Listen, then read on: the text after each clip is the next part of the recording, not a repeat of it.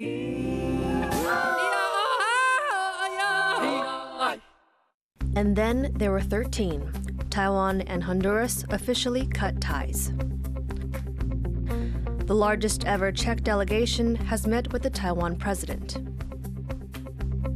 Meanwhile, young people from the two countries exchanged ideas over the weekend. Plus, the city of Kaohsiung is working to revitalize parts of the city and heal some old beliefs while they're at it.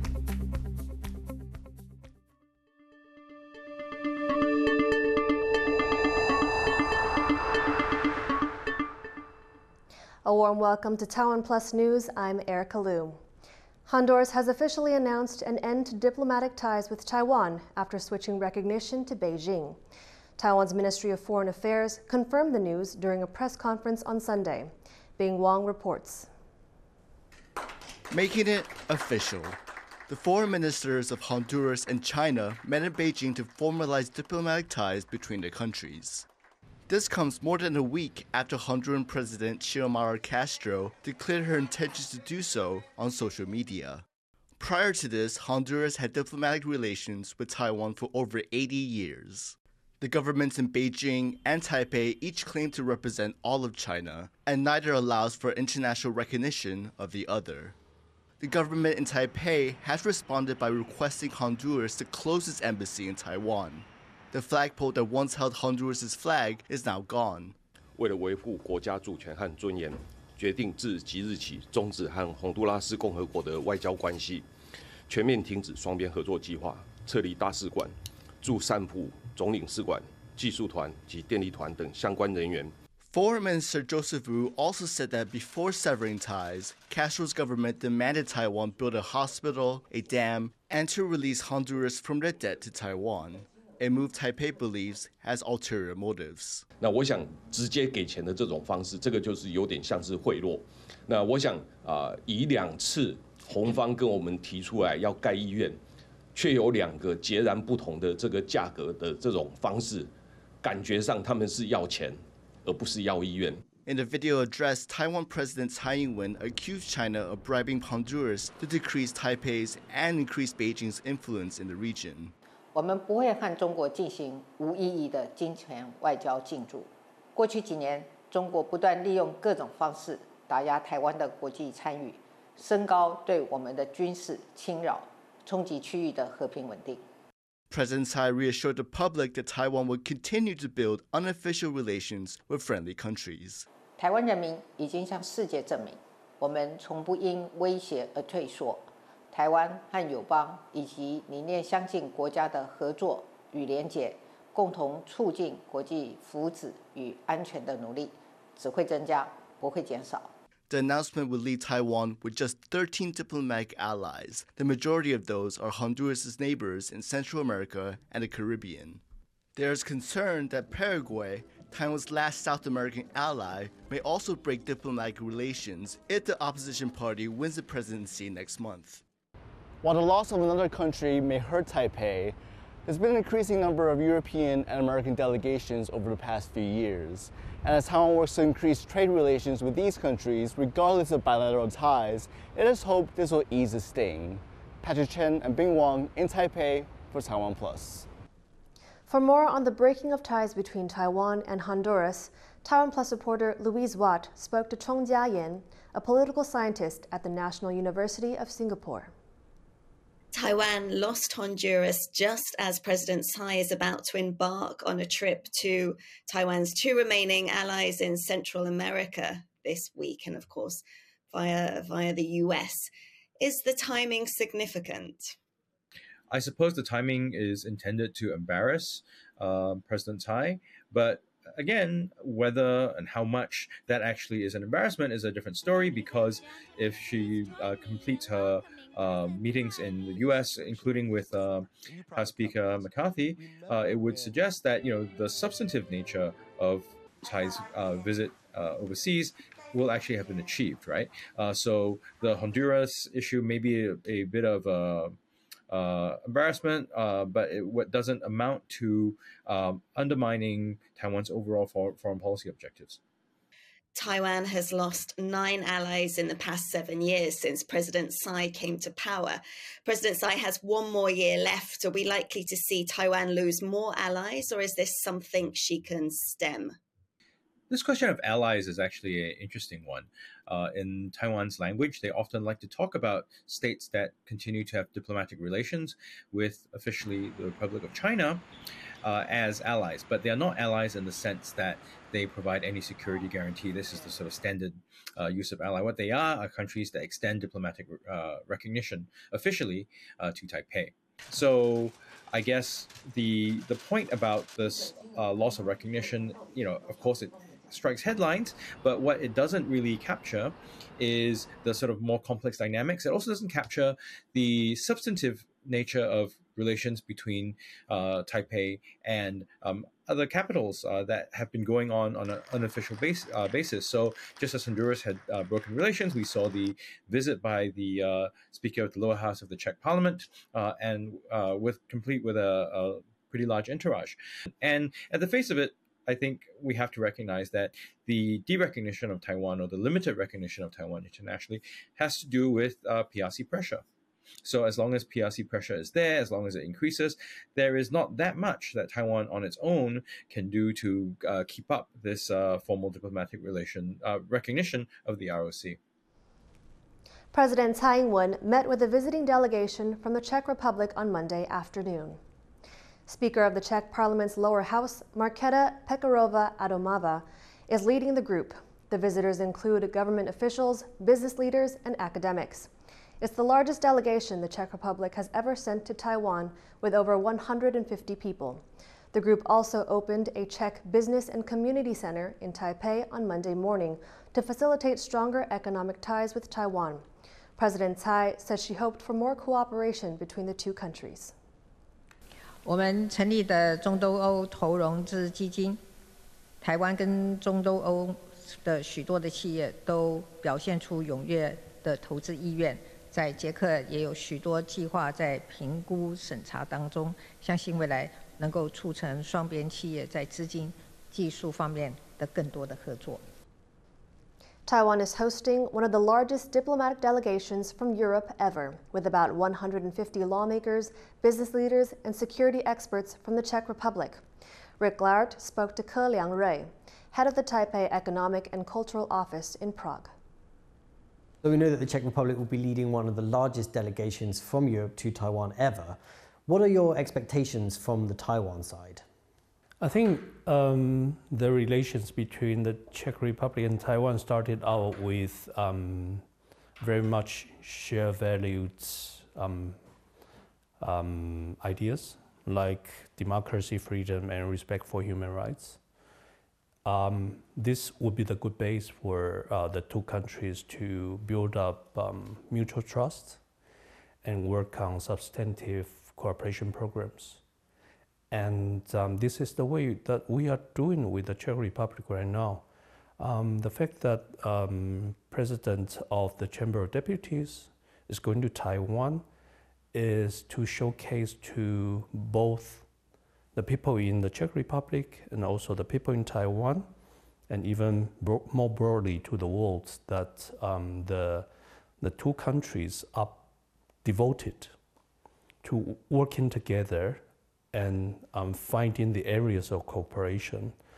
We know that the upswell in support for Taiwan here in the Czech Republic has also come as Prague has been more and more suspicious of Beijing. Are you worried that the pro-Taiwan stance is influenced by anti-China feeling? I think any relations that's based on anti-something would not be sustainable. It's more about the substantive work between two countries, substantive and healthy work between two countries, and I believe that this is what this office here is doing to boost up and to find opportunity for joint cooperation. authoritarian expansion here has been very strongly felt. As we have seen, very much has taken place in Ukraine. I think it sends a strong message to Central Europe, generally to the entire Europe, and including the Czech Republic, that working with any authoritarian regime has a cost to pay, and it is important that we make sure that the solidarity among democracies should be sustainable and remain strong against the authoritarian regimes. How could Taiwan use this new friendship between Taiwan and the Czech Republic to strengthen ties in Europe generally? I believe there's an influence to the neighboring country from the Czech Republic. It may take place in different degree and at different time, but as the relations between the Czech Republic and Taiwan move on positively, more cooperation are actually taking place, and more people benefit from the mutual exchanges. I think that would be self-evident to the countries around the Czech Republic, and I hope that it is genuinely felt by the European people here that working with a democratic partner is an important issue now, and also the fact that working together takes substantive results. That was Rick Glaurt speaking to Ke Liang Rui, head of the Taipei Economic and Cultural Office in Prague. Over the weekend, Taiwan and the Czech Republic held an event to celebrate their shared love of dumplings and of innovation. Just what went on at this gathering? Irene Wu has more. Welcome to Dumplings Hack. It's the first ever Ideathon held by the Czech Republic in Taiwan. An Ideathon is a short, intensive brainstorming event to help young talent generate fresh solutions to big issues. There are dozens of participants at today's events, and each team has a mix of Czech and Taiwanese people. But why this event called Dumplings Hack? Let's find out. As you know, dumplings are national food here in Taiwan, but also it's our Czech national food as well. So when we were thinking about things that our countries have in common, dumplings were our first choice. The goal of this event is for Taiwanese and Czech participants to build on ideas and create solutions to global issues like trade, climate change, tourism, and technology. But most importantly, participants are excited just to team up and learn from each other. I'm very excited to partner with Czech Republic's person here because in my opinions, their mindset for building the startups or coming up with ideas will be very different from Taiwan's. And we'll definitely want to share our point of view on startup world and entrepreneurship, because it's probably going to be different in here and in Czech, a little at least, and we want to see the difference.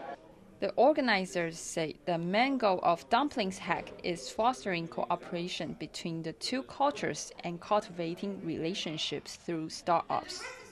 They see this as an opportunity to generate ideas about issues shared by the countries they might not otherwise know about. First, we want to show Czech startups that what Taiwan is about, what they can expect from the Taiwanese startup ecosystem. And the second part is to build a connection with the Taiwanese participants, to learn more about how they think, how they act during such events, and to learn more, to explore. Which is connected to CO2 emissions? Building connections is the goal, but ultimately, this is a competition that will be judged. Teams will have 5 minutes to present their ideas to a jury, followed by a Q&A session. I think the number one things I'm looking for is originality. And number two is the innovation. And whether number three is likely the feasibility. Because if they come out with the solutions, either for solving a problem or coming out with startup companies, then those three factors are extremely important. The winning team will present their solution at this year's Smart City Expo, which will be held in Taipei later this week. But no matter the outcome, the spirit of this competition remains. Two kinds of dumplings, the same hunger for innovation. Alex Chen, Harrell Hughes, and Irene Wu for TaiwanPlus. Taiwan's former president Ma Ying-jeou has arrived in China for a historic trip. It's the first time ever a former Taiwan head of state has visited China. Ma led Taiwan before current President Tsai Ing-wen. He oversaw a period of warm relations between Beijing and Taipei. Ma is from the opposition Kuomintang. He will spend 10 days in China, leading a delegation that includes his former presidential staffers, academics, and students. 希望透过年轻人的热情互动呢，能够改善两岸目前的氛围，让和平呢能够更快、更早的来到我们这里。 Coming up, a chicken farm in the northern county of Miaoli shows a future trend for Taiwan's poultry industry.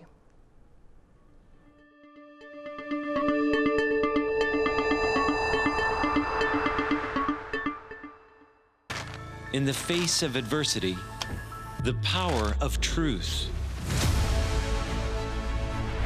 A roadmap for a just and open world, charted by the freest country in Asia. Taipei for TaiwanPlus. TaiwanPlus News, a voice of freedom in Asia. For more stories from Taiwan and even Poland, please download the TaiwanPlus app.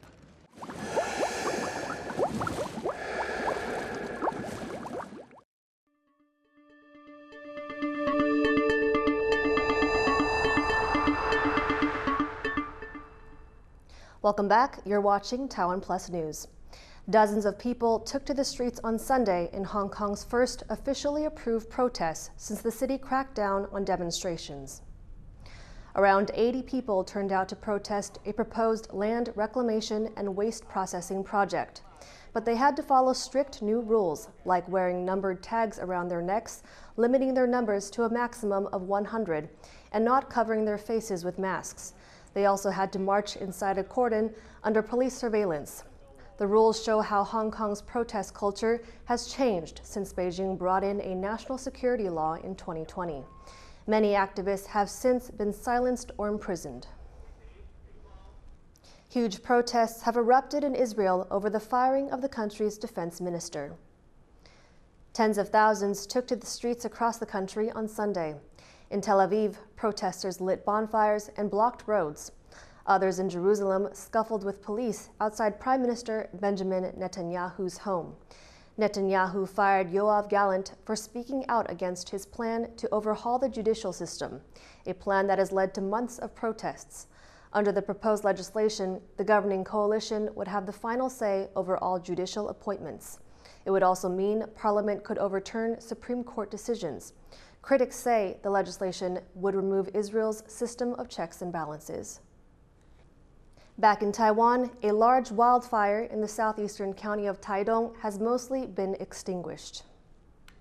The fire started on Sunday evening in Taidong's Zhiben wetland. Officials do not know how it started. Dry conditions because of a lack of rainfall in the area helped the blaze spread. The Zhiben wetland is a major habitat for migratory and protected bird species.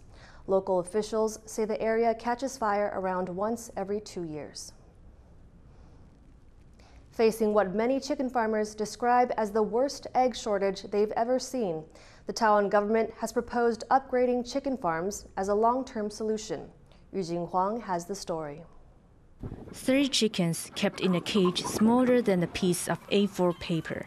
That's how most of the 31 million egg-laying hens in Taiwan are raised. Densely packed, exposed to wild birds and dramatic temperature changes. If one hen dies of bird flu, then the rest are most likely not going to survive. An ongoing egg shortage has placed the poultry industry under scrutiny. And changing traditional farms like this one into closed structures has become the government's top goal, especially for smaller farms. 以一半的方式来补助，那每场不超过450万。那如果要改建成密闭水帘式的，那我们一场是1000万。那另外，针对5万只以上的这些大型的养禽场，那我们提供的是专案农贷2年的利息补贴。 The government plans to spend more than $34 million to upgrade 200 chicken farms in the next 3 years. But the Environment and Animal Society of Taiwan said some of that money should help farms to go cage-free, as Taiwan will eventually need to catch up with countries that prioritize animal welfare. The animals' well-being aside, cage farming also poses health concerns to humans. 你如果关在笼子里面这样。 它是一辈子不可能洗澡，它不洗澡就会身体有问题就会有这个对身体会有积湿等等，那你就要用药用药就会有药物残留。 I'm at a chicken farm in Miaoli that both the government and animal welfare organizations would approve of. Chickens housed in these sheds have limited exposure to wild birds, and the temperature inside is controlled with cooling pads. There are more than 2,000 egg farms in Taiwan. Only 1.3% among them adopt enclosed barn raising. A pioneer in the country's industry, the owner of this farm said it all began with a simple thought. 过快乐，饲的人快乐，食的人嘛快乐，伊的家人快乐，这是咱上主要，拄开始咱想要做的代志。Here, barn-raised chickens have a certain space to roam and relax, which helps to boost immunity, and they even get to listen to music. Lin said their favorite is Justin Bieber's. With these advanced facilities, farmers can control the light, temperature, and humidity with just a few clicks. It's particularly helpful for a climate adverse to raising chickens. But it costs about $300,000 to build a barn like this one. Too risky of an investment for some farmers. 这些蛋农大部分都是60几岁、70岁，他觉得我现在能够糊口就好了，更何况我投资了1000万，这1000万到底要什么时候回收？那我的儿子也没有要接班，那我这样的投资划算吗？ To really move the poultry industry forward, experts believe that the key lies in convincing the younger generation that there's great potential in the industry. If young people see that new farms require less labor but more management skills, then they might see it as a profitable profession. It's the right time for the government to lead a change, but egg farmer Erika Liu said soft power also needs renewal. 这软体更新就是把我们的年轻人带进来，传承我们现在所有的技术跟经验，让他们同时相对的学习以后，奠定我们现在所谓的基础，整个产业它的升级就可以稳定。Beyond upgrading facilities and recruiting younger farmers, the poultry industry wants the government to set better policies. They want better disease prevention systems and more resources put into developing domestic egg-laying chicken species. Should all that be achieved, the farmers believe that Taiwan won't need to import eggs as a short-term shortage solution. Taiwan could instead become an egg exporter. Andy Xie, Klein Wang, Pichi Zhang, and Yujin Huang for TaiwanPlus. In the southern city of Kaohsiung, city officials partially completed a project to revitalize one of Taiwan's first cities. It's hoped that the new initiative will boost tourism and repair old beliefs. Harrell Hughes has the story. The old city of Zuoying was Taiwan's first earth-walled city. The walls witnessed the Qing dynasty, the Japanese occupation, and the post-war period. A nearby area called Snake Hill was originally included but ultimately left out for strategic considerations. Instead, Guisan, or Turtle Mountain, was encircled. The remnants of the wall are still visible today. 南边就远离龟山，那把整个那个龟山那个围在城里面，所以有一句谚语叫“围龟放蛇”，把这只龟围起来，那个远离那个蛇山。During the Japanese occupation, the Sungli Road was built, splitting the Guisan Mountains into two. People back then believed splitting the mountains destroyed the feng shui of the area and led to the decline of the city. Feng shui is a belief in balance of an area and the flow of energy. In 2016, officials announced a project to rebuild the historic site. The old city walls were reconstructed and reconnected, restoring the feng shui. The construction took a year and officially opened on March 26th. Now begins Phase 2. 阶段的计划就是从南门串联到这个东门的这个通道我们希望说能够跟第一阶段的通路把它建起来。 The second phase will also incorporate historical landscapes, continue excavations, and promote preservation of the old city.